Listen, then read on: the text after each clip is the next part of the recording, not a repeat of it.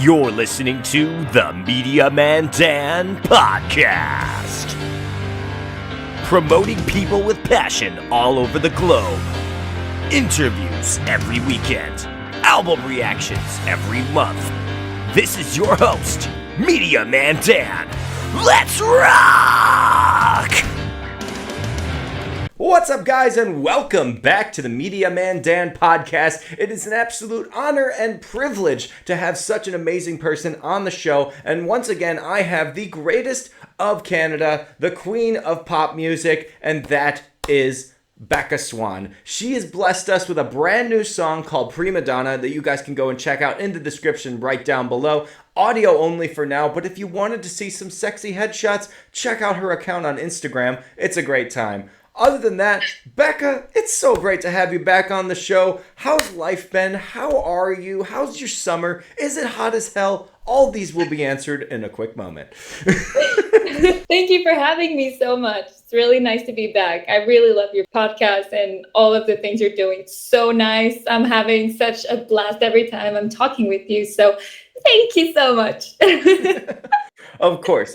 And I want to make sure that it's perfectly clear. Your newest song is not Prima Donna. I'm an American, so I use the R, but it is Prima Donna. Prima donna. I'm trying to say it as an Italian, but I'm not. Yeah. Well, kind of. So fun fact, when I first heard the word as a child, I literally thought that meant before Madonna. Oh, Yeah, that was because cool. I only knew Madonna, obviously. So when people would say like, oh, they're acting like a prima donna, I'm like, so they're going to be the next Madonna? Yeah. Oh, that is cute. That is very cute. I mean, I should have thought of it. Next time I'll write Prima Donna, I'll say that. I'll say I'm the next Madonna. Yeah. Yeah. It's perfect. It is perfect. It's a really good song, honestly. I felt a lot of like I told you in the pre-chat, which is on Patreon, that somehow didn't get recorded on this random video chat, but we'll figure it out. I will say, like, it just has a good montage vibe to it. The beat of it is great. The chorus, prima donna, prima donna, prima donna. Now you say some words between that main part, and it's like, and I was like, what the hell is she saying? So tell me, what are the words that you're saying in the back where it's just like, good question. Let me open my account and let me tell you, because I still have the raw vocals. Hang on. What is that? All in French. That would be so funny. I have heard the song 2 times. I've heard the official audio and the radio version, and that's all out right now. Go and check out the reaction in the description right down below. It never ends. I will keep promoting to the end of time. Becca Swan needs to be on top, and this is the only way that it can be. It's the rules. The rules of the podcast. Make sure my guests go to the top. That's the way. That is nice. That is really nice, because eventually when we're really famous, we'll be like, we're just going to Dan's podcast before everybody else's. I'm sorry, my schedules are all cleared. I have something before anyone else. Exactly. Like you said, when Gaga got on that one podcast or radio show and they didn't respect her, she never went back.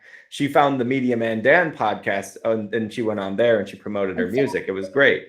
I wasn't there. I didn't make the podcast. I'm not saying that I was, but if I was in a different timeline, please tell me how I can do that again.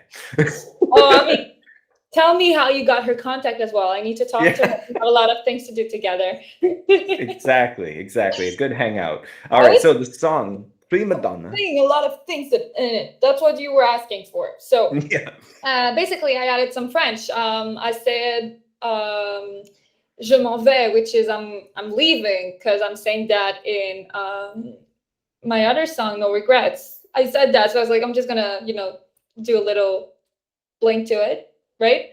And I think I speak between, I did like some gimmicks. So I said like, hello, and maybe I'm the queen, maybe you should go. I think I said stuff like that, but somehow we wanted to like make it very, very hard to understand, just so people would re-listen to the song, So yeah, the ad-libs. I love it. I like that too. So the one that you said in French, where it was like, so I thought for sure, I was like, what it is it's going to be some kind of like French, and literally you're going to be like, prima donna, suck my dick, prima donna, like that's, I was like, it's going to be like that kind of translation. I was like, but I don't know. I have to know from the actual artist. So you. I did a lot of ad libs that were in Italian. I don't Italian too. Both certo, it's Italian. It means sure. Io posso, it's I can. I think I said sono la regina, I'm the queen. What else? I think I wrote all of that words. I was like, I love Italian. I need to add some Italian. The language I'm trying to learn for many years. It's been many years that I was trying. It was Italian. So prima donna, and unfortunately Duolingo didn't really help me for that, because they're teaching you how to say una gonna verde, which is like a green skirt, which was not really helpful for prima donna. So I looked up a few words. I was like, what could I say? What would I say in English that I could say in Italian that would sound good? I'm the queen. I'm not even sorry. I think I said that io sono, non sono spaziente, I think, something like that. I'm not sorry. Certo, sure. Words like that. And then I added a few French words like je m'en vais, I'm the queen, the unique, l'unique, That is what I said. It's like, let's do an ego trip. Why not? Yeah, exactly. And that's actually what we were discussing beforehand is the definition. There's two definitions. One of them is actually a queen, which makes sense. And the other one is someone who believes they're a queen, which is insane because I think that's probably an American translation. I think somebody was maybe mocking the nation at the time. And then obviously Reddit is the way that I find out everything. That's the actual source that you need to go to. Fuck the dictionary, go to Reddit, find the answers to everything you need to know. But like that's what people were saying is like it was an ego boost, and I think it was probably just a personification of what was going on either in obviously France or Europe or something of that sort. And it's like, oh well, you're acting like a queen and you're not a queen, and it's like, well, in this day and age with feminism, you're all queens. Go queen, slay queen. Yeah, exactly. So it's like. It's a as we time. say earlier, we like it's also the idea of like reappropriating the words, like it has a negative connotation, but it's actually not if you take your power back as, what, I'm the queen and I deserve to be treated a certain way. Yeah. As long as it's respectful with your partner, but like the codependency shouldn't be something you find in your relationships. And it's something that I experienced a lot in my previous relationship, love stories. Codependency is definitely not my cup of tea today. And let's just say, yeah, there's so many things that sounds like ego trip, but actually it's more of treating yourself in a right way. It's like I'm the lady just like Monroe, but technically I say it because you have a fancy idea of Monroe, but she had a very tragic and sad story. But the ninja in the dojo, you realize what she means, the queen in her chateau, because we like fancy chateaus, So yeah, it's all about reappropriating and re-putting myself in the center, the middle of this relationship that is toxic. And that's why I say this very rude sentence as me being very polite. Fuck you, dude. To me, the funniest lyric I ever wrote, because, the rhyme is very poor and very, very lazy, but also very efficient. So it does work. It is exactly what I expected. Like I said, I thought the original translation would have been like "suck my dick" or something like that. Just very, very aggressive, and it's okay because on Monster Bite, you were getting back at somebody that hurt you. I felt the same vibe from Prima Donna. There's a lot of that same prima donna. It's just something very, very powerful. You have power behind your words. You have power behind what you're saying. And even the simplest of rhymes and the simple things you were talking about, how you're not a rap artist in any way. And if you guys have any questions, she does not rap in the pre-chat. I wanted her to. I really wanted her to, but she did not do it. She was close to it. She did a spoken word. It was funny as hell. And for me, I think it's exactly how I would feel watching myself attempt to talk about one of my first rap songs. And if you guys don't know, I used to be a rapper. But anyway,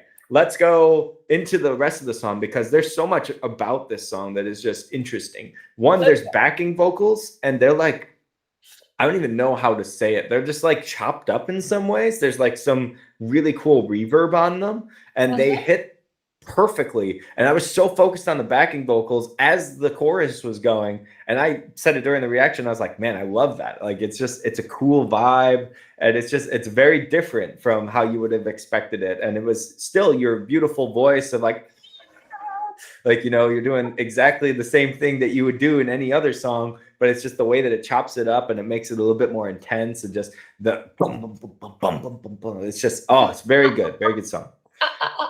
The vocal chop? Yes, exactly. The chop. The chops were like a ninja. First, it was so nice. I'll send you the demo if you wanted to put it in the throw it in there. Yeah. Part of it was like my idea. I heard it in my head. I was like, I'm the prima donna, but I was like, and it was the idea came from Telephone by Lady Gaga when she say, okay, yes. That was Gaga. So I was like, I want the same thing, and I feel like it's gonna drop harder when I'm gonna do it. So my sound engineer and producer, Harley, he's from Australia, so shout out to him. He did a really, really, really, really nice job doing it. And so I was really insistent. I was like, I want vocal chop here, okay? And he was like, yeah, of course. And then he did it. It was amazing. He's really, really good. So, but it was part of the first demo. Yeah, so I agree with you. It's really fun. It's very, it's hitting hard. I love it. And it brings the song to a perfect climax. And I finishes perfectly. All of that is very innuendous, but perfect finish, climax, fucking orgasm. It's what did we say on the first song, with the first chat that we ever had? It was eargasm. There we go. Eargasm. I love that. Absolutely. It was a perfect eargasm for the end, and I was happy. And I was like happy to go back into it and listen to the radio version where you don't say "fuck you, dude." No. What do you say instead? Do you say "screw you, dude" at that one? No. I actually, Harley did a really nice job as well. If you listen to it, he actually used my breath to do some oh. It's amazing what he did. It's really cool. It sounds more innuendo. It's like, don't put label, ow, something like that. It's kind of like cartoonesque, I love it. That's what Eminem did for his Slim Shady days. He would always throw some stupid sound effects in to be like, like you just throw everything in because that's how you would cover curse words back in the day. But he was just, like you said, cartoonized. It was very cool, and I like that. I like that idea. But yeah, no, chopping it up, Telephone. Oh my God, how did I not recognize that? Because obviously you're a Gaga, you're a little monster, and you have your fan base. You talked about it last time, and just like knowing as much as you do. We also talked about Folie à Deux, Joker, Harlequin, all of her album that she put out, and she's a queen, and so it makes sense that you're trying to find your own queen in your music and then present it in that simplistic and also really fun way. And yeah, the chops are just really cool. If you guys haven't heard that, once again, we'll play the demo right here. Prima donna, prima donna. I'm the prima donna, prima donna. I'm the prima donna, prima donna. I'm the prima donna, prima donna.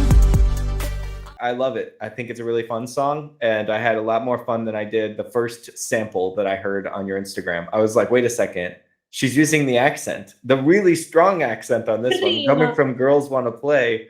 And it's like, this is a little bit more Americanized, I guess a little bit more Canadian. And now you're back into your Savage era. Is that what you want to be, the sexy Savage era of Becca Swan's music? I think I did a TikTok for it. I was like, POV, you killed the inner nice girl within yourself, and now you're back to the prima donna, Yeah. And yeah, I think I wanted something that was more impactful, more bitchy, which is funny because, I'm already planning the next era, which is very, very different. It's it's actually, well, let's say I don't want to spoil you anything, but it's more it's different. So I guess I'm just changing era each song because I mean, as I told you earlier, or maybe I already told you, but um, all these songs you're getting now this year, except for No Regrets. All of the songs I've released so far, and the next one plus I think two others. The three next songs you're gonna get are from when I was 16 years old. And at 16 years old, I was sitting in class, bored by everything going on in life. So I was just like creating history and creating characters for this girl that I wanted to become, right? So the idea was to write an album called Little Puree, Petite Puree, Little Mashed Potato, if you want, and to like mix up every genre, pop with more dance pop, alternative pop, indie pop, every kind of pop, electronic pop, and to present how all the panels, what Becca Swan is. She's sweet, she's soft, she's quirky, she's a prima donna, but she's also a girl that want to play, and she's also that girl that has two tears and no more, but also the bitch that knows that she's a monster bite, and this guilty girl that's gonna come too, right? She's everything. So that's why Becca is more than just the prima donna. Now she's a bitch, but she's gonna become something else. She's gonna grow. This is the story of this album that you're getting now, but not the one that's coming after. Yes. Yes. And for all of you guys that are like right now listening and you're like, oh my God, what an inflated ego. She just said her name in third person. It's a stage name. It is. It's a big surprise, but yeah. Yeah, she's actually from Twilight. It's crazy. No, it was inspired by Twilight. Her name was Isabella Swan. I took this one from Isabella Swan, but Rebecca was my first character. I wrote a book, as you know, and the first character I wrote before I wrote that book, because that book came like many years after, but her name was Rebecca Swan, and I was like, I love that girl. She was gingerhead, green eyes. And at first, when I started music, I thought I was going to put a ginger wig. I think I still have it, my ginger wig, and I wanted to put green contact, because I was like, I need to be that character. But I evolved. Now I'm still trying to be who I am as a person, but also the artist behind it. So. Yeah, you're killing it too. Like it's so fun to see your evolution. Like it's 4 times that we've chatted.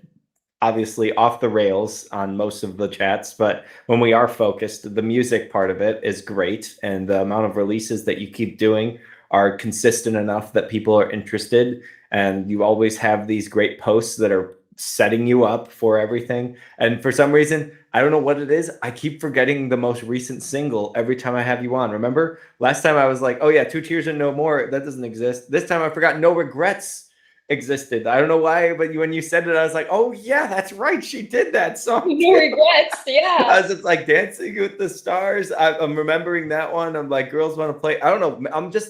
I'm a happy pop guy. I forget all those other songs. I don't know.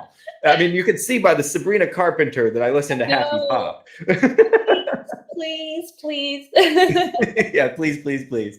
But yeah, no, I love that you have that character in mind. I love that you've been so proud of your own work, and that you decided not to go with changing your image just to personify what you've written down. And speaking of writing, if you guys have not seen it on any of her accounts, she is absolutely amazing as a writer and now author of her own novel. What is your book about? What do you write about, Becca?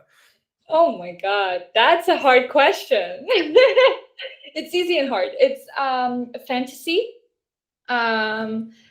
It's feminist. It's the story of, it's an exchange of world. Imagine you're in a world where women has power, but not the right kind of power. the same kind of power that men has today. So men are being raped and abused, men are being put aside, they cannot have real jobs, or they're being discriminated because they're men, right? So imagine that society where women has power, and this country is called Hortensia. It's in, like, let's say it's like old Greece, like ancient Greece, but it's not ancient, it's like a fantasy world. And their worst enemy in Hortensia, the country, matriarchal country, is called the Northern Kingdom. And these are patriarchal, they have a patriarchal society. So it's actually the fight between women in power, men in power, but in the wrong way. And me thinking about how can we get a nicer society where everybody is equal, where equal in, their real identity, I'd say. What's the power of a woman and what's the power of a man, and what's the balance between these two? So that's kind of the story. But to sell it in a better way, I'll say that it's this matriarchal world where this girl, Iria, her name is the next queen, empress of the country, and she falls in love with a guy that's from the Northern Kingdoms. We're going Romeo and Juliet. Okay. Yeah. I like it. Okay, so matriarchy versus a patriarchy, which is an absolutely amazing idea. We were actually discussing that with our Barbie review, out of all things. That was a good debate that we had there. But it is truly just a sad world when you can see only one side winning. Like it's never equal, like you said. So having that in a book, that's genius. And then probably pointing out their flaws on both sides as well, because as a feminist, you're also self-aware. And you know that some women have different reactions. There's a joke that a comedian made. You ever heard of Drew Carey? No. No? He said that if women ran the world, it would be very nice, because that they never over-exaggerate anything. They never get offended by anything at all. He's like, they would never call you up and be like, I heard what you said about France. I don't want to talk to you anymore. Like, like you've been looking at Russia for too long. Like, it's it's a sexist argument, but it also is pretty true that there is a little bit of an emotional challenge between men and women's understanding of how to exist in society. So I would love to see in the near future if we could actually, instead of matriarchy, patriarchy, or anything where one side or the other wins, I would love to see them work together. A couple has the power to bring all together. And that's kind of the way that most people view couples these days, which is beautiful to see. You got power couples, like I had Jackie and Anthony on, and you could just see that they belong together. You can tell those people belong, and that they're going to spread that kind of love and understanding to those people that are looking for relationships or currently in relationships, to find fruitful engagement in that. And it's just like, our society is so divisive. So I'm all about, even a fantasy, promoting the idea that we can all be equal and have understanding of rights and what we stand for as individuals, as people. We should have a mutual goal of respect. It's extremely important. It literally is the golden rule, is don't treat everyone the way you want to be treated. And that was the golden rule back when I was a kid. And kind of still today, some people do that, but other people, they've become so ego driven or so one-sided on things, and it just changed their perspective. So I hope that we can go back to that, whether it's your book, whether it's our actual society taking notes from conversations like this. That's what I would love to see. So I agree with everything you said, definitely. Let's bring back this normal, everybody has a place in this world, so let's just find our real place. And that said, all the power, women has so much power and men has so much power, and if you use the power that you have not against the other but together, we can make so many things so beautiful. I know it sounds so utopist, but I mean, I am very positive as a person, so. Yeah, same. Same. I think that utopia could be a thing if we turn off the internet and we turn off our phones and we turn off the news. We can actually start thinking for ourselves. Like, I'll meet people that you probably don't agree with, and I'll have people on that probably don't agree with you. And you know what? It will be a mutual understanding that I love talking to people with passion and that I want to promote every single person, no matter what their story is. They need to be heard because, you know, they have the respect of just talking and being nice to me, and I therefore have no reason to judge them. And what I learn is that we're not so different after all. And that's my favorite part of talking with people, especially those that are outside of what I consider my, you know, childhood, my upbringing. And I think we were discussing abortion beforehand in the pre-chat. That's a hard subject for me. That was when I was Catholic, really, really hard to even imagine having a discussion with somebody about it, because it was like perfect world Catholic. That's how we always thought of it. Like, oh, well, someone never ever has to deal with, you know, family incest, rape, anything of that sort. And now we're in this understanding, we're opening our eyes to the reality that things do happen. And I see that there is, you know, options out there that people are seeing. I personally still stand on the pro-life side, but I also say, like, I let people believe what they believe, see what they want to do, and if there's some kind of solution that works for everyone that obviously doesn't murder people, then I'm okay with that. That is correct. And I mean, it is a hard topic because we forget there's a lot of nuance to bring to nuance. How do you say Yeah, that? nuance. Yeah. Nuance to bring to everything. You know, it's not as easy as I saw a lot of feminists being very extreme, being like, yeah, get an abortion, it's that easy. No, you have a life within yourself. You have to think about it. But on the other side, this exists for a reason. It's a tool you're allowed to use if you need it, but it shouldn't be something that you go to anytime just because. There's other option before that, you know?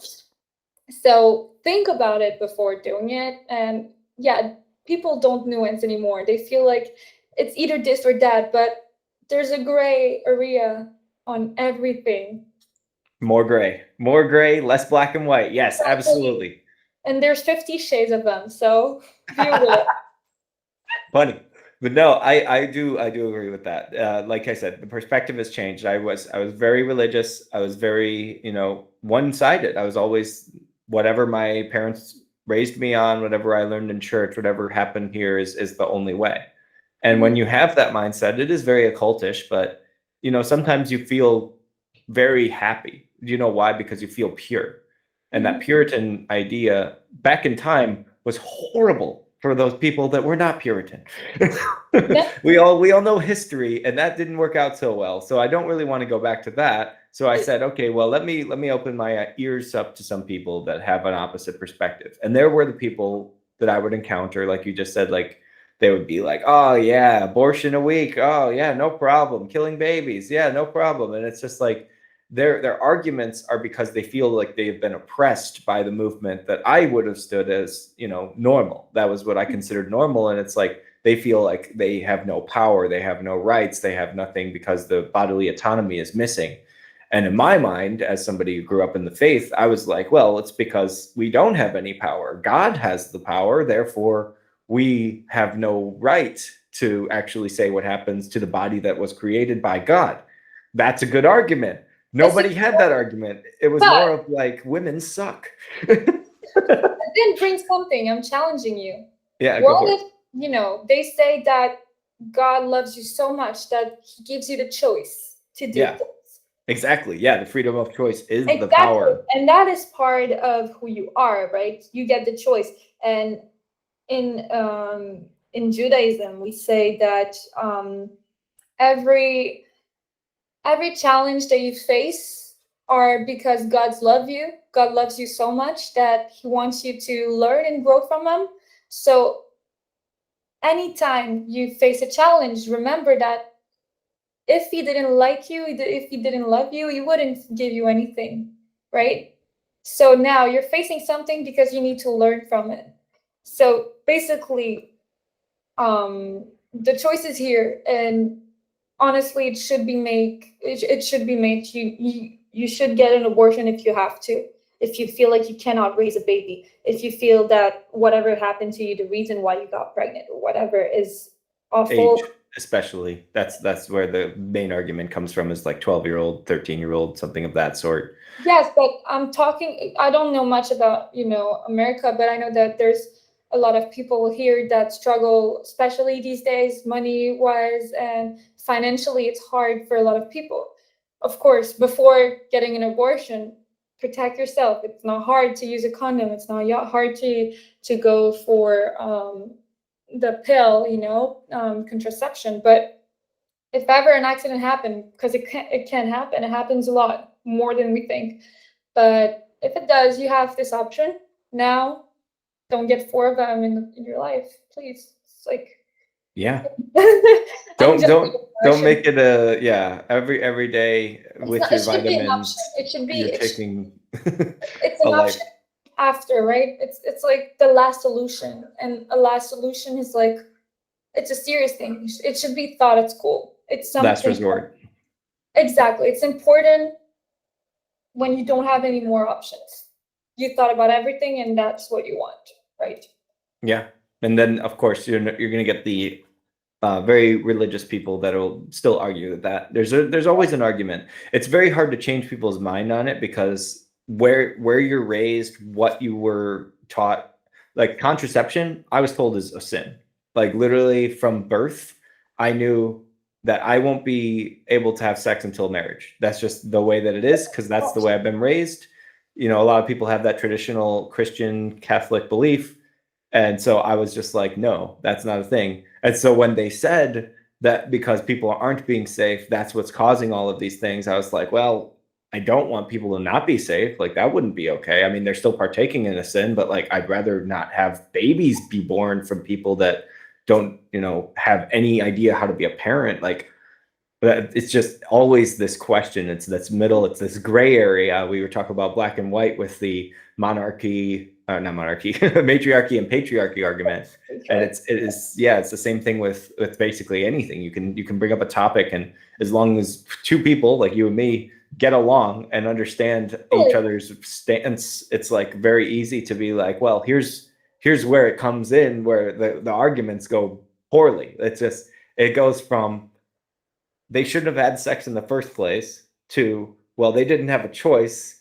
And then it goes to the idea where it's like, well, they have a choice to keep the kid. And then they're like, no, they don't have a choice. So it's a complete opposite. Every time that they something happens, then it's the reaction, and then it's everyone that has nothing to do with the situation that has an opinion on it, and causes more persuasion, causes more of this right, left, black, white sides switched all the time. And it's like, just, that's between them, their doctor, their family. That's it. That's literally it. We as a society cannot control anything. We as human beings have no control over anything.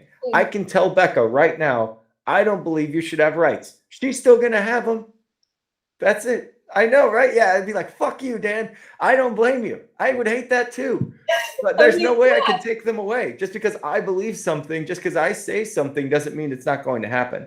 And so this fear that we have of like not getting whatever we have been raised on is what really causes the trouble, especially with the abortion thing. It's like, there is no option. There is nothing. And my opinion, adoption is always there. I don't know how the system works, because I've been told it's very, very screwed up in America, where like foster care and things like that really mess these people up. In France, in Canada, there's a lot of abuse. People like to abuse children that don't have nobody to protect them, because when you're in foster care, you don't have parents, and it's a hard life for that child, right? I don't know, like I know a lot of people that grew up without their dad, and they have a huge pain in their heart, and it's hard to affirm yourself and know who you are when you're missing half of yourself, because this person is half of you, right? Yeah. And imagine if you don't have none of them. You don't know where you come from. You don't know your history. You don't know anything. You don't know who your grandparents were. Part of my history is my grandma was a singer. And she was in a very complicated time where women didn't have any choice. So my grandfather decided for her not to sing anymore because he was really jealous.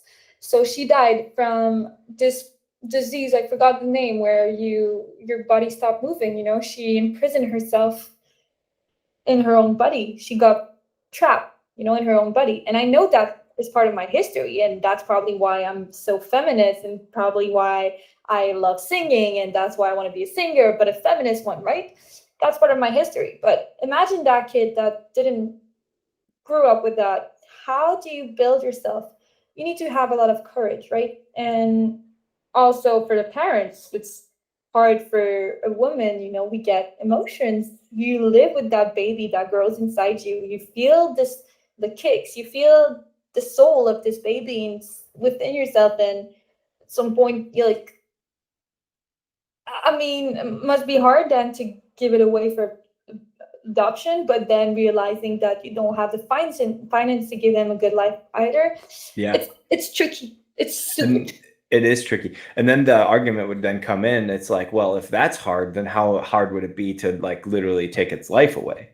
Because like that's where it's like the emotional damage that it causes, especially those that have gone through. And bless anybody that does have to deal with shit and people breathing down their neck and telling them what to do, and doctors proclaiming that this is the only way when it can't be possibly the only way. I'm pretty sure if I believe in miracles that things happen, but I know that there are cases where people are like, ever since I got the abortion, ever since I chose to end the pregnancy, I've been happier. And it's not because I'm irresponsible. It's because now I know that that was the wrong time, and now I will make it the right time.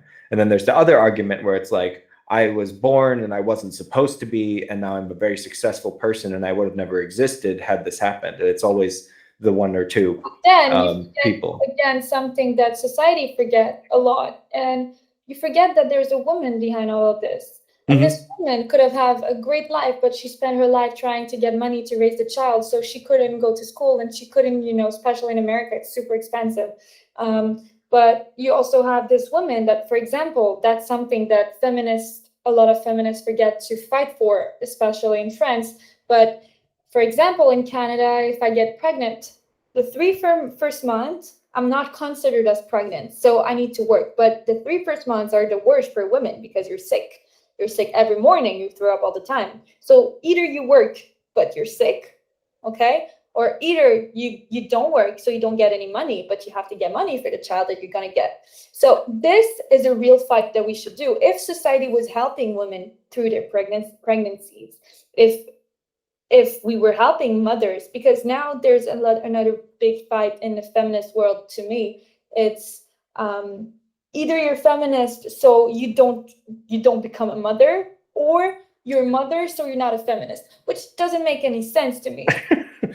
That makes no sense at all. Like how dare you do what you're literally biologically here to have the power to do. If you want to have a child, it's fine. Nobody forces you today to have a child. And of course, when you see how nowadays, men, not all of them, but a lot of men, not most of them. Sorry, I started saying most. It's not true. Yeah, you're good. Some men decided to forget their duties. They just leave. They leave the woman all alone, pregnant with a child. What do you want them to do?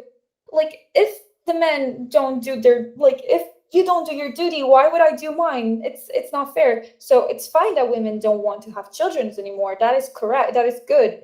If it's their choice, But at the same time, don't shame a woman that wants to be pregnant. And as a woman that don't want to be a mom, don't forget that you can fight for the other woman's rights, right? Yeah, so, absolutely. You don't have to follow, just because you live in a traditional world with a traditional marriage doesn't mean you have to follow every traditional mindset. I grow up in a Republican household. Everyone votes for Trump and totally, believes that everything that the Republicans and the right do are the correct way. And I have a right to say, nah, not everything. Not everything. Like, It's not 100%. I mean, there's literally you got to question things, especially when it comes to, you know, people that have not experienced all the hardship that other people have. Like that's why I love having these conversations, is because I learn more, and it's less of the news where it's like, here's this horrible story that will be extremely exaggerated and romanticized for one or the other side, just to prove an argument. And it's like, what about the kid? What about the mom? What about the family? They are getting fucked over because of this article. And all we care about is all of the people arguing in the comments and their opinions and their persuasion and it's like, that's all that it ever will be when it comes to this stuff. And that's why every time people bring it up on a podcast, it's always like everything gets quiet. Oh dear God, they brought up the A word. It's abortion. It's gonna kill us. By the way, I didn't know what abortion was when I was a kid. So when people would ask me, I thought it was adoption. And I was like, well, why wouldn't anyone like that? Literally. That's very cute. Little kid. I'm an innocent guy. I mean, I literally, I was like, wait, people have sex before marriage? Why would they do that? That's a sin. That's wrong. Like, you know, it didn't appear as normal to me. Like everyone else grows up in their anti-religious or just non-religious altogether, and they're like just living life. And I'm just like, you can do that? I mean, I get you. Like, it doesn't make sense. That's not my world. I never would understand that. Here, take me back in time, walk me through your life, and then I'll understand your perspective a little bit more. But having my own and having a closed mind and always being like, the world is a utopia. God created the earth. God created the people that live on it. And this is the way that things go. I was like, well, why would we want anything that would not bring us to God? Like, why would we want to do partaking in anything?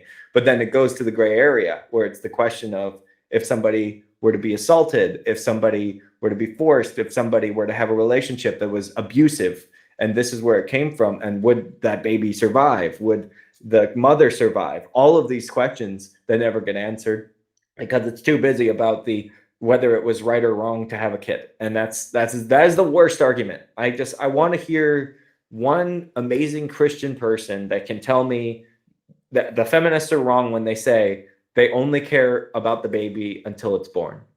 Because that is the argument I've always heard, and I'm trying to figure it out. I'm like, is that the truth? Is that what actually happens? After it's born, do we then say, well, case closed, don't have to worry about anything. They're going to struggle for the rest of their lives financially. This will be hard on them. The mother's never going to be able to, she'll probably just die or commit suicide, and we just move on? That's not the right way. We should actually stand by what we firmly believe in, and we should say, how can we assist? We're servants of the Lord. That's what Christianity is about. It's about following Christ.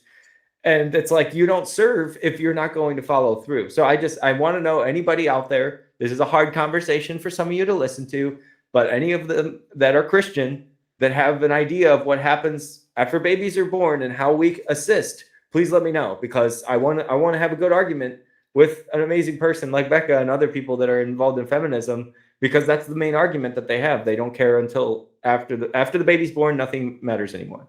Because they forget about the true person behind, the person that exists behind, because before the baby is here on earth, there's a woman that is here on earth that we need to think about. So we forget about her, and then we forget about the baby when he's here. So actually we don't care about nobody that's here, but we care about something that's not here yet. That's an argument. Yeah, the argument also is the cells versus what is life? When does life begin? All that bullshit.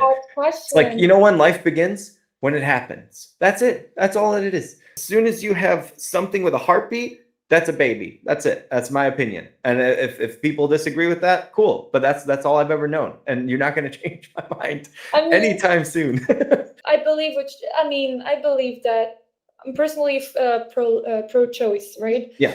But I believe personally, as Becca, I feel like if I would get pregnant, depending on the circumstances, I guess, but I feel like it would be a soul inside me. Even if it was like 2 minutes in here, spend 2 minutes in here, I was like, I would feel like it's a soul, and I don't think I'd be capable of getting rid of it personally. But yeah, like, it happens after a period of time. There's the moment in your 18 to 21, you're like, yeah, I'm never going to be a mother. That'd be stupid. I'm going to go to the club. I don't care about anything. 25 comes around, you're just like, oh, they had a baby. Oh, you're that's so so cute. Oh, that's so sweet. Oh, like, and by the 30, you're just like, oh, maybe, you know what? Maybe it wouldn't be so bad to settle down. I mean, like, it's not supposed to be the patriarchy, like, oh, they're holding you down. It's just a natural thing that we are drawn to, wanting to be, a perfect parent. In our minds, it's like, I can do whatever I was missing in my childhood. I can help this kid have that. And I've wanted to be a father since I was 16. Glad I wasn't mature enough, didn't know what the hell I was doing yet, but I wanted to be, because I was just like, that's my purpose. That's like, I want to be a good dad. When is it going to happen? Who knows? I have to get married first. I got to follow the Bible. Follow the Bible. Get married and have children. Exactly. Do the old fashioned, a house, marriage, kids. There you go. Got to find all of those three things first. That's important. And financial stability. Something about schooling these days. You got to be like helpful and supportive. But no, you made a really good point when you were talking about there are a lot of men, and it's not some men, it's a lot of men that have chosen to not follow through on their duty as the 50% of the relationship. They're supposed to be there 100% for anything that happens in that relationship. Heartbreak, family member passing, childbirth. If you're not there for any of those, what the fuck is wrong with you? Who are you actually with? Who do you actually care about? It's about yourself at that point, and that's a selfish act. It needs to be a selfless thing. It needs to be my own opinions on the side. I'm going to help you. There are people that I know that are 100% pro-choice, just like you, that are so excited to have children right now. So excited. They're like, the best thing in the world. I'm so happy I became a mother. And like you said, the feminists then turn on them and they're like, you're not a real feminist. You have a traditional life. Yeah. It's just like not having a brain to use, like, think about it. Just help women. We're sisterhood, but also, humanhood. We're all human. It doesn't mean that women are against men. It doesn't mean that women are against women. Let's just be respectful and love each other. And it's my body, my choice. It's your body, your choice. And that's pretty much it. Try to be aware. Try to be, conscious of what you're doing. Pose, like, I think you can say that in English. Pose yourself question. Can you say that? Yeah. Or it's ask, whatever. Ask yourself questions. Do things conscious. Question your actions, question yourself, question everybody that surrounds you, especially those people that only show up once a year. I love my family. I do. I really do. But there are times where you're like, I need to go my own way, High School Musical reference. But it's like, that's the way that we live our lives. You have to learn on your own. And those people that are immediate to you, your friends, your family, your actual supporters, those are the people that you would be asking help. And all these people come out of the woodwork whenever something happens in someone else's life. Oh, they're getting married? How can I help? Oh, they're having a baby. Oh my God, I want to. Like, everybody gets all excited about it. And it's like, no. You didn't care. You're not going to care. We're not going to invite you. You're good. Have a good day. Like, that's like, my mindset is so simple and easy. It's straight to the point. If I don't see you often, you're probably going to be on the lowest level of my care of what you have to say about something. Like, that's just, I'm sorry, but that sucks for you. Your fault for not reaching out. Crazy. If you really cared, you would be there. That's how I see it. And that's the same for men in a relationship. If you really care, you will be there. Yeah. If you really care about your woman, about your baby, about whatever it is, and you choose to walk out, you don't care. You've proven that you have no rights over anything. Now, with the argument that all the women say, well, you don't have a uterus, so you can't have an opinion. That's not helpful either, because we want to make sure men are informed. If we don't have an opinion on anything in our patriarchal society, then we're going to be really screwed up, because there's no way to tell what the men are actually thinking besides whatever's going to be, expected from the feminist argument of, well, these men are all walking out on their wives. I would never walk out on Allison. I'm so excited to be a father. I have no problem with her believing whatever she wants to believe. I have questions and I have answers that I've gotten through the 14 years that we've been together that have made me question my own beliefs, that have made me say, well, yeah, maybe she can be right about that. And when it comes to religion, the ham-fisted shit that I grew up with dissipated. It went away. It was like, it's really not that important right now. I believe in God. I have a faith in God. That's really all I really need to stand by, because there are questions that I have that'll never be answered because there's so much in religion, specifically Catholicism, that is just hidden away. And I'm like, we need to answer things. We need to know what's going on. We need to know why it's going on. But that's another story. But you're right. But yeah, I love this conversation because it's deeper than usual. I love it too. Honestly, it's fun to chat about real topics, you know? Yeah. But music is a real topic too. It is a real topic. Music's been great. Sabrina Carpenter was my favorite artist of 2024. Really? Yeah, and I didn't even know that would happen. Like, I first heard Espresso, and I was like, "Yo, this is not it." I was like so upset because I heard her song "Honeymoon Fades" back in 2020, and like I did a whole video on like all the new music that was released. And when I heard that, and I heard her first two albums, 2018, 2019, whatever it was, not first two, but middle of her career, I was like, this girl's got something. She's got it. And then I heard Espresso, and I was like, damn it, not that though. Like, generic shit. Come on. Like, what are you even saying? The video, I'm like, oh, orangey, kind of like golden glazed. I'm like, all right, whatever. Freaking Krispy Kreme donut over here. Like, she's just wearing so much extra makeup. I'm like, ugh, this is just horrible. And then I heard Please, Please, Please. And I was just like, well, this is good. Okay. And then I heard Taste, watched the video, got really messed up. I was like, I don't think this is an okay thing for children to partake in. I know a lot of kids that'll listen to the radio and want to watch the videos. I don't think they should watch these things, but I also, I'm a free speech and free expression absolutist always. You have an art, you were able to express it anyway. And apparently it was based on a movie. So I was like, all right, that's fine. And then I think that Dolly Parton's Please, Please, Please came out. And that's when I was like, wait a second.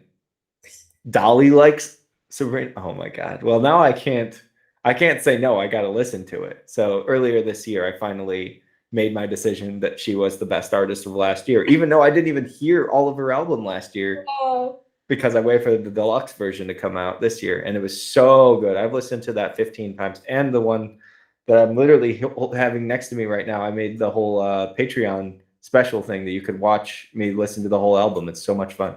Oh, wow. I love her artistic direction. She's really 50s, and 50s are my favorite era. The 50s. And so much better than Meghan Trainor. I mean, she's a great songwriter, but Meghan Trainor is like a one-trick pony. She's like, hey, I'm gonna be that one poodle skirt girl. It's like, you don't have to be the poodle skirt girl in every song. Yeah, and she vanished. Like, I don't know where she went. Like, I know she's still releasing music, but I don't hear them anymore. All about that bass until body positivity makes you, unfortunately, not okay. Well, she also had that really nice. I like No. Yeah. Oh, that song was good. That was like a Britney Spears song. Yeah, it was good. And then there was this Ego Trip I loved. There was If I Was You, I'd Wanna Be Me Too. That was good. That was her Taylor Swift song. That was very I liked it. Yeah. That was very what was the song that was like, I'm too sexy for my shirt? Oh, Look What You Made Me Do. Oh, right. Yeah. If I was you, I wanna be me too. That is Look true. what you made me do. Look what It you makes made me me think do. of it reminds me of the my favorite album is, because we're 2025 still, but it's Mayhem, Gaga, honestly. Because The best.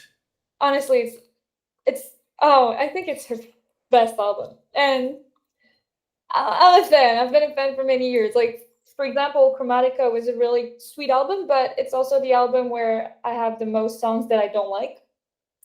But this one is so good. So there's this song, How Bad Do You Want Me, which when the song was released, everybody said that it was Taylor Swift that was featured on it, which was not the case. And then they said that Taylor Swift wrote her the song, but Gaga writes her own song, so it was not true. and then they did an AI cover of the two together singing that song, and it was so good. Anyway, I love that song. I love that song. It's so What good. song was it? How Bad Do You Want Me? How Bad Do You Want Me by Lady Gaga? Yeah. Okay. All This right. I'll have to listen to the whole album. Definitely. It's very good. Very, very, Better very. than Sabrina? I'm sorry. I love Sabrina, but it's way too different. Like this one, you have one song that makes you think of Michael Jackson. Another song that is so rock that is so good. Another song that makes you think about Muse. You have so many different inspiration. You have a song that is a tribute to Zombie Boy. Okay. Don't know if you know him. He was from Montreal. He actually lived in my street, and he was in Gaga's music video in 2003, 13, sorry. In I was going to say, wait a second. She was in 2003. Born This Way. Okay. He was in this clip and he died of an overdose in 2018. So she did a tribute to him called Zombie Boy, and the song is so good. So you should take a listen. It's a really, really, really good album. Wonderful, wonderful. I like a variety. That's why I like your music too, because you're just going from song by song and you're like totally different vibe, totally different vibe, totally different vibe. And the eras that you have gone through, at least 6 eras now because of 6 songs that have been released since our first chat. It's just like there's so much to say. There's so much there. And you're like, these are all when I was 16. I'm like, what did you write at 17? What did you write at 18? What did you write at 19? What did you write at 20? Like all of these songs are probably going to be, going for a long time, and they're different. They're different and they're fun and they're unique. And I said that before the chat. It's like, I enjoy listening to something that doesn't sound the same as everything else. And also it's good produced. Like it's well produced. Well produced. And the guy that you said that did the most recent song, Prima Donna. Harley. Harley. I followed him. Yeah. Oh my God. Anyone you tag, I'm pretty much on their track pretty quickly because I'm always like, if they work with you, I'm working with them. That's how it goes. I got a message from a guy that does videos. Well, he's taking pictures, but he's trying to exercise himself as a director. So anyway, we're going to shoot a 2 Tears and No More video clip 2 years after the release of it. So then I'll remember that song. It's a really nice song. Then you gotta do No Regrets. I mean, why not? No Regrets to me was more of a LA vibe song. So it's like, You're a badass. very Hollywood sign and this beautiful old car, in like a Chevrolet or something. That would be nice. It would be fancy. Anyway, I have so many ideas. Did you add it to your mood board? I remember. So many mood boards. You would be surprised. I have like 100,000 million mood boards. 100,000 million. That's a quote from Becca Swan. No, just kidding. It is. You can go on my Pinterest if you like, aesthetic things. I like all colors. I love it. I love every kind of fairy tales, design.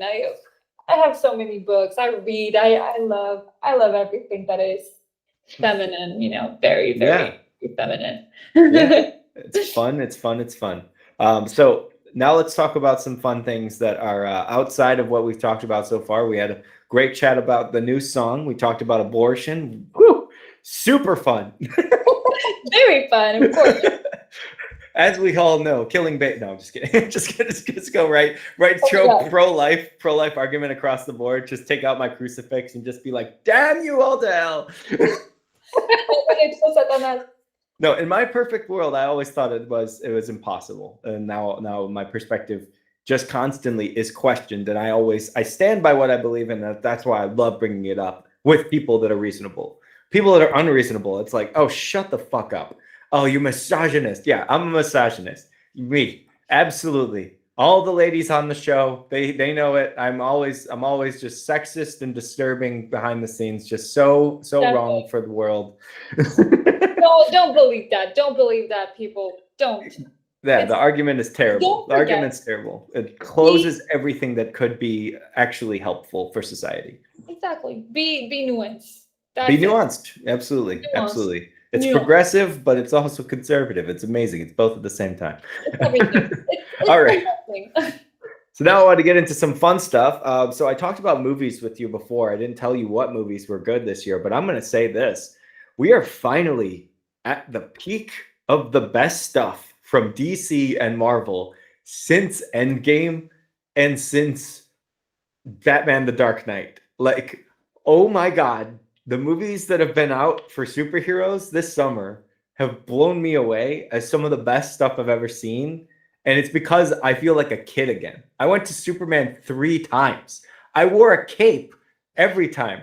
I bought merchandise for the movie the second time that we saw it. I was wearing the merchandise for the movie. I showed Allison this tracksuit that I saw yesterday. I was like, listen, I have a good excuse. She's like, it's $160. So I was like, listen, I have a good reason. I am Superman. I am Superman. I haven't said anything like that about a character in any like superhero show or movie since Spider-Man 2002. Like, I haven't believed that I could be a character. And now I know David Cornsweet is my age. So I am Superman, minus the hair. I'm going to lose that pretty soon. But it is something where I'm just like, I feel like a hero. And seeing the new Fantastic Four with Allison the other day, unbelievable good movie, like really solid introduction to the new phase of the MCU. And it had no connections to the whole universe. It just is its own thing. And the way that they focus on family and also have a pro-life argument in the movie, I was like, Disney, you impressed me. Good job, finally. Took you forever, but let's talk about the bad thing that came out this year, which was Snow White. Now, I haven't seen this amazing retelling of the story that I grew up with as the greatest animated feature of all time, but you know, let's see what your thoughts are on Rachel Zegler and Gal Gadot's take on this amazing fairy tale from the Grimm brothers. I think I have an unpopular opinion on the acting. I think it was okay. Probably not the best in the world, but it was okay. Voices are amazing. They are well, Rachel Zegler is a singer. I cannot take that away from her. She's a fucking performer. That is true. Why would you rewrite a classic? Okay, if you want to, fine. I can accept it. If you want to say, let's rewrite a classic and make it feminist, but your definition of feminist is not having a man in the movie, it's weird, but okay, let's take it. But then you put a movie where in the original movie, you see the guy 2 times, and now you see the guy 1,000,000 times because he's actually a main character now. Why would you say that, you know, it just doesn't fit your narrative anymore? If you tell me that we rewrote the story because we thought that we wanted to give more impact and more, credibility to the relationship between Snow White and a guy, because you know, in the original, she just see the guys, she runs away, and then she goes away like with him by the end of the movie. She doesn't even know who that stranger is, which is kind of funny, but we're in the 30s. But now, if you would have told me that, I would have been like, okay, fine, makes sense. But that's not what you said. That's not what you said. I was expecting something different. Why would you not hire dwarf? You know, why would you put fake dwarfs? Like, why are you disrespecting Henry? No, I'm just kidding. What is this? It was Peter Dinklage. That's he's the problem for everything. He did it. He went out of his way to say it would be wrong to have dwarves on screen because that's segregating them from the society by putting them as the dwarf role. It's like, dude, it's not because of the dwarfism. It's because that's the story. They're the dwarves. They're supposed to be dwarves. They're not supposed to be CGI fucking monsters. Like, oh my God.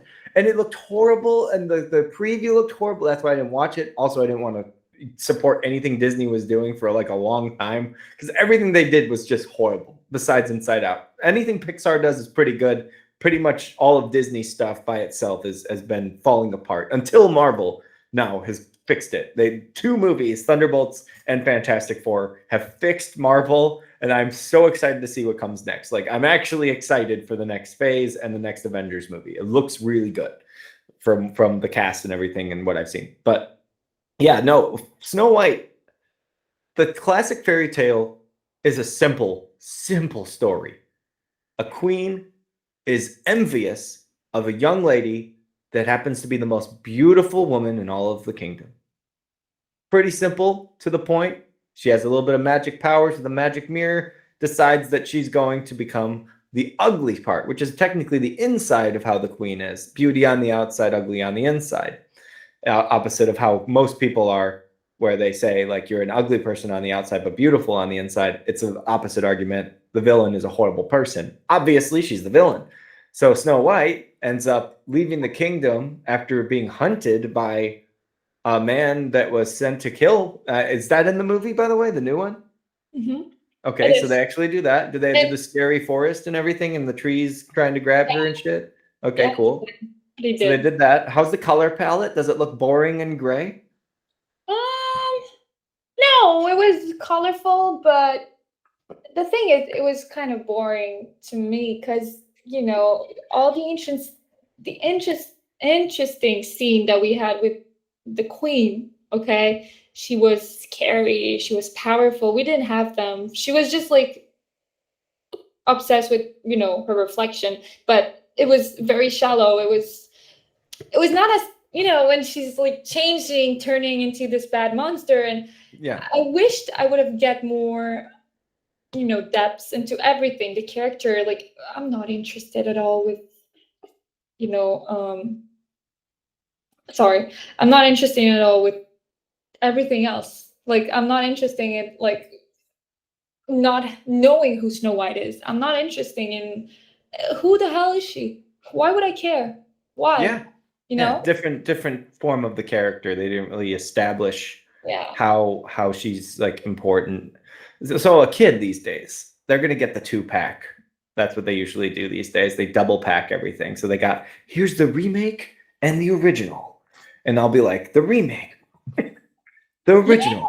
Oh, like, Exactly. like it's just terrible. I heard, I didn't watch it, but I saw that I heard I've listened to a review on How to Train Your Dragon, the new version, and apparently it's the same thing. It's like shot by shot, but why would you do the same thing of like, why make it the same movie? Yes. Exactly, why? And especially like everything that made it funny at first was, you know, the images, the way that how every people but the main character were ugly, you know, and their monsters, well, their dragons were ugly as well. But it was really, really well done, you know. It was real creative the way they did it. And now you're giving me not ugly people, just normal, regular people. So it's not, you don't have the same. Everything that was hitting and was funny is not anymore. It's just like boring, normal, regular movie. I just don't understand. They canceled the Rapunzel. That movie. I was happy to see. Stitch is getting a sequel though, and I'm actually all for it. I saw Stitch 2 times in theaters. First time that we saw it, we were like, let's give it a shot. Allison and I and the family, I think we all went together. So much fun. And then the second time, Allison and I went for our anniversary because we just wanted to relive it again. What they do is they actually focus on Nani, the older sister of Lilo, a little bit more than the original did, and give her a little bit more character development.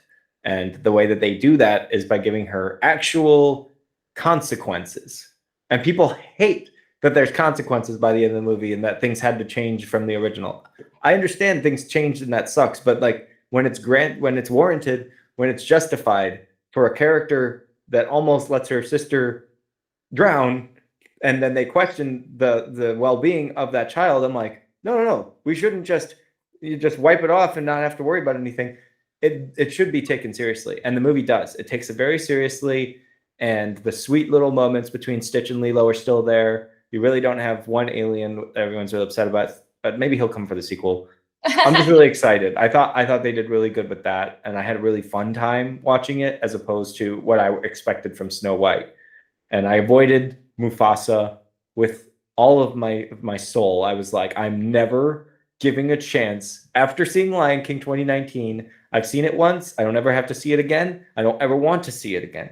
And Mufasa didn't look any better. And when I saw the trailer, and then the character said, I always wanted a brother. And then the song repeated that 400 times. I always wanted a brother. I always wanted a brother. I always wanted a brother. I was like, am I watching a Minions movie? Please tell me this isn't an actual lyric in a song right now and that they just came up with this for the trailer, because that would be really stupid to put a song. And it's literally, I always wanted a brother. I'm like, I fucking hate this. I don't even want to see this. I hate the song. I hate the actors. I hate everybody involved. Fuck Disney. This is horrible. And so I for sure was done. And my friends and I were going to be reviewing all of remakes from Disney next month. Technically No this way. month now. No Yeah. way. You have to. Okay, I'll have to check it out. This is so Yeah. fun. We're going to try to do 2 every month. We're doing, I think we start off with Alice in Wonderland and I think Cinderella or something like that. Maleficent possibly. But I want to have those live actions and talk about the original and how they are so impactfully different. Like there's something terribly wrong about most remakes that is just soulless, and it makes me sad because it's like, you guys are the same company that brought us Frozen, that brought us Inside Out. You're the same company that made me cry to Coco, and then you put this shit out and you expect me to like it? Like, who wanted to watch the remake of Lady and the Tramp during the pandemic on Disney Plus? Who said, man, I really need a remake of Lady and the Tramp? The perfect movie for just to sit down and watch dogs fall in love movie. That's all that it is. There's really not much about that movie that's really impressive. And they were like, but what if the dogs were real? No one cares. Nobody wants that. No, definitely. No, it's just sad. You know, I loved Maleficent though. Maleficent, yeah. The first one. Uh, Second one's a the little second one? I don't remember. fine. But I loved the one I saw. I think I saw the first one then. And I think there was good remakes, but honestly, my favorite Snow White remake that was done was the one with Kristen Stewart, The Huntsman. Don't know if you- Really? I I've love never seen those. I've never that seen those. the sequel, but there's incoherence. How do you say? You know, things that don't work in this scenario. The second one, because then you realize that the huntsman had a wife. Her name was Sarah, and then the second one is before the first one. Continuity error? So Yeah, it doesn't make sense? Oh, it's a prequel? it's a prequel, but so it happens before, and so basically you're supposed to learn why Sarah was not in the second one. Well, in the first one, you know. Oh, what? And then actually, Oh, it's retconned. That's retcon. yeah, Where they but pretend like it was always there. It's like, I hate that. Stop doing that. yeah, some stuff didn't work. But anyway, The Huntsman was really nice. I loved it. And there's this beautiful, lovely, amazing song from Florence and the Machine in it called Breath of Life. And everything is good. The costume, the power, the actors, everything is beautiful. I love fantasy, so that was a really nice fantasy. Yeah. No, see, like Into the Woods is like, it's Disney, so that one actually has Disney connected. I don't think Snow White and the Huntsman was Disney. I don't know if it's a different studio, but it is based on obviously Snow White, which is originally the Grimm's tale. The fairy tale in itself is horrible. This happens in almost every Disney movie. Just don't look up what they originally were based on. It just makes you feel better. Like in Snow White, I'm pretty sure it ended badly. But in Cinderella, it is just the most nightmare fuel, like just disgusting, disturbing shit by the end of it, with crows plucking the eyes out of the ugly stepsisters. Yeah. And just really fucked up. Well, and Disney was like, talking mice. That's what we need. Well, Aurora. Do you know Aurora? Aurora? Yeah, for Sleeping Beauty. It's hard to pronounce in English. It's hard. So the real story is she get raped in her sleep by the prince. She got pregnant. The 2 babies, because they're twins, get like born. She gave birth to them, but in her sleep. And then because they're hungry, they like crawl her and suck on her teeth, on her breast, to get feed. But they actually removed the needle or the poison, I don't think, or something like that, so she relived from that. So she wakes up. Oh, fuck. Yeah, that is creepy. Yeah, Scary. disturbing. That's the most weird shit, dude. I don't know how they come up with. These And kind they of were just like, you know what this needs? 3 fairies to fly around and change colors, and we need a dragon. We need a dragon. Throw the dragon. And like just everything. It's like, well, what about the babies that suck on the boobs? Ah, no, we don't need that in the story. We're gonna make sure that she's never pregnant. She's 16 years old. well, in the original Snow White, she's 14, right? Okay. She's 14, and the prince is like 20 something. Okay. Creepy. Yeah, creepy. Well, most of this, I think they're the only correct kind of was like Ariel. She was 16, and the prince is like 19. I think Do it's you think that's what Rachel was talking about when she said weird, weird? Do you think that's what she was talking about? Weird. Not the actual like Disney tale. Maybe she was talking about the actual Grimm's tale, and maybe they just took it and made it sound like she was talking about the original. But she did say the original came out, and then she listed the date, and I was like, "Oh, you're just shooting yourself in the foot right now. Don't do this." And then she was like, "Weird, weird," and I was like, "I hate you. I hate you so much right now. How could you possibly diss one of the best movies, the first movie from Disney that actually was a success and saved the company?" Yeah, I Terrible. like. Terrible. I mean, it was just very clumsy of her, but I guess Yeah. that's her personality because she seems like a really nice person. I don't know her, but of course, she seems like a really nice person. She seems like she's 100%, true to herself, but sometimes you're clumsy, girl. So let's just say. I love the clumsy word. You use that more and more. It's like a little mess up here, a little clumsy. I'm just thinking, I'm like, how many times are you guys tripping? What's going on? Just like fall over. Goofy, So clumsy. but everybody was like telling me goofy is not as used as clumsy, so use clumsy. I was like, okay. Yeah. It's Goofy. I'm Goofy also a trying. character from Disney. I know this is why it's used, but yeah, I'm trying to make my English sound more and more American that it is. So I know that I have some words where my English is like, whoa, you're American, and then there's so many words where it's like, where are you from? It's like not French, but it's not normal either, it's like what? No, it's fun though. It's fun. You have an accent. I mean, people are always like, wow, I like your accent. I'm like, what accent? I'm full blood American, born, raised here, Chicago. I guess there's a Chicago accent, but like, I don't really hear it. And like, everyone's like, wow, I love that. I wish I could do that. I'm like, okay, cool. I wish I could hear what you hear because I don't hear anything different. I've heard my same voice. You're not gonna believe this for 31 and a half years. A little bit longer than that now, but yeah, no, it's like it's nothing new to me. But either way, let's jump right back into the topic that matters most, and that is your music, your incredible artistry. We have a brand new song that's coming out soon, hopefully sometime this fall. Hopefully, yeah. All right, and that one is called again?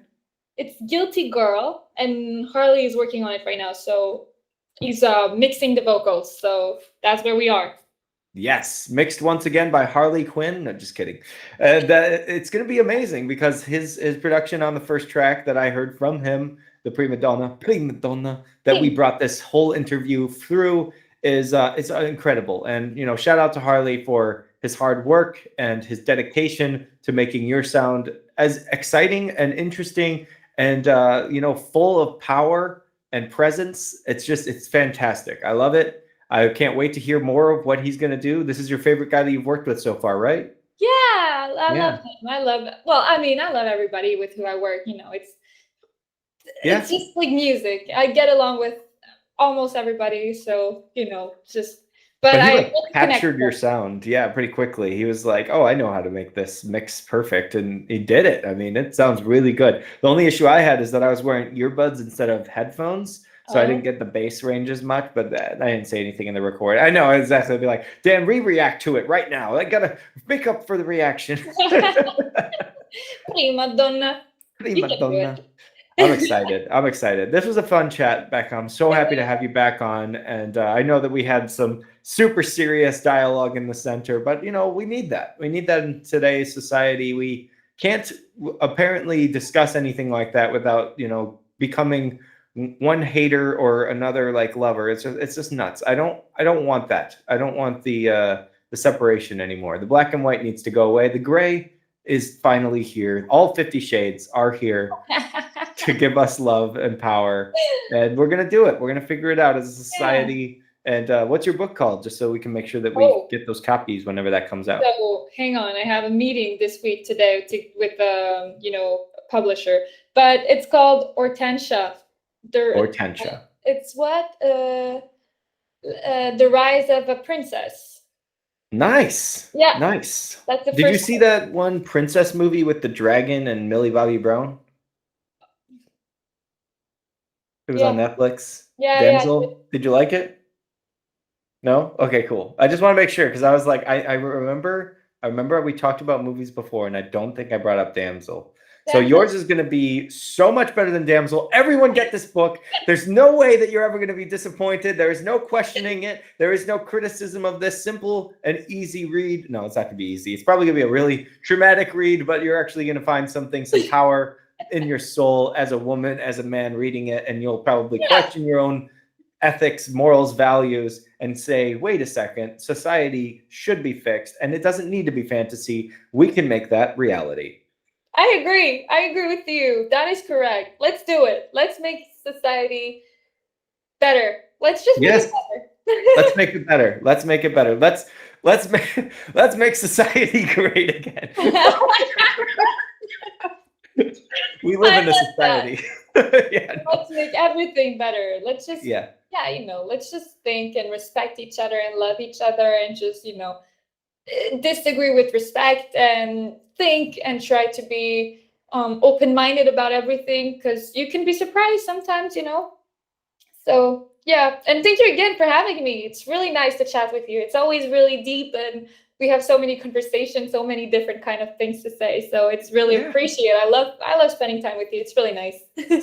Same. Super dynamic conversation. I love that we can go from any topic and just continue from there. Like there's no do we have to bring this up? Like, no, it's we'll just go in. Why not?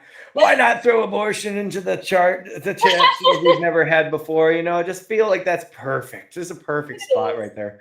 Because we would talk, we did feminism, I think, on the first one. That was a big fun one. We did a little bit of sex. That was fun too. We talked about the sexualization of women and things like that, and feeling sexy and proud and confident and all of that. And then we focused more on the music on the second one, but the third one was just fantastic and off of the charts. One of the best conversations, and the promo for the Patreon. That is the funniest promo we ever made. I was just thank you for the ASMR that we whispered to each other. That was so perfect. And I think that's the clip that Spotify chose for it too. I think that's literally what Spotify had. And I was like, Spotify, A+ effort right here. Killing it for my marketing promotion. Let me tell you what's coming up next after we finish this chat, and then I'm going to get going because I got to go to work. But thank you again for being here, Becca Swan. Everyone, please give the support to Becca. She's amazing. She deserves all the love, all the respect. Listen to every part of the conversation. Listen to all of our conversations. Listen to all of her music. Read her book.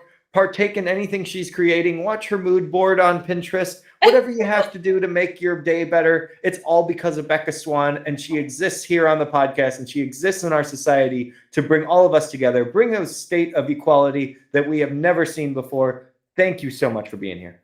Thank you. Absolutely. All right, guys. Thanks again for watching. I hope all of you guys have a great night. Stay safe out there and get ready for another Canadian next week, because it just doesn't stop with Canada. They got nothing but great people over there. All right, guys. Have a great one. Peace.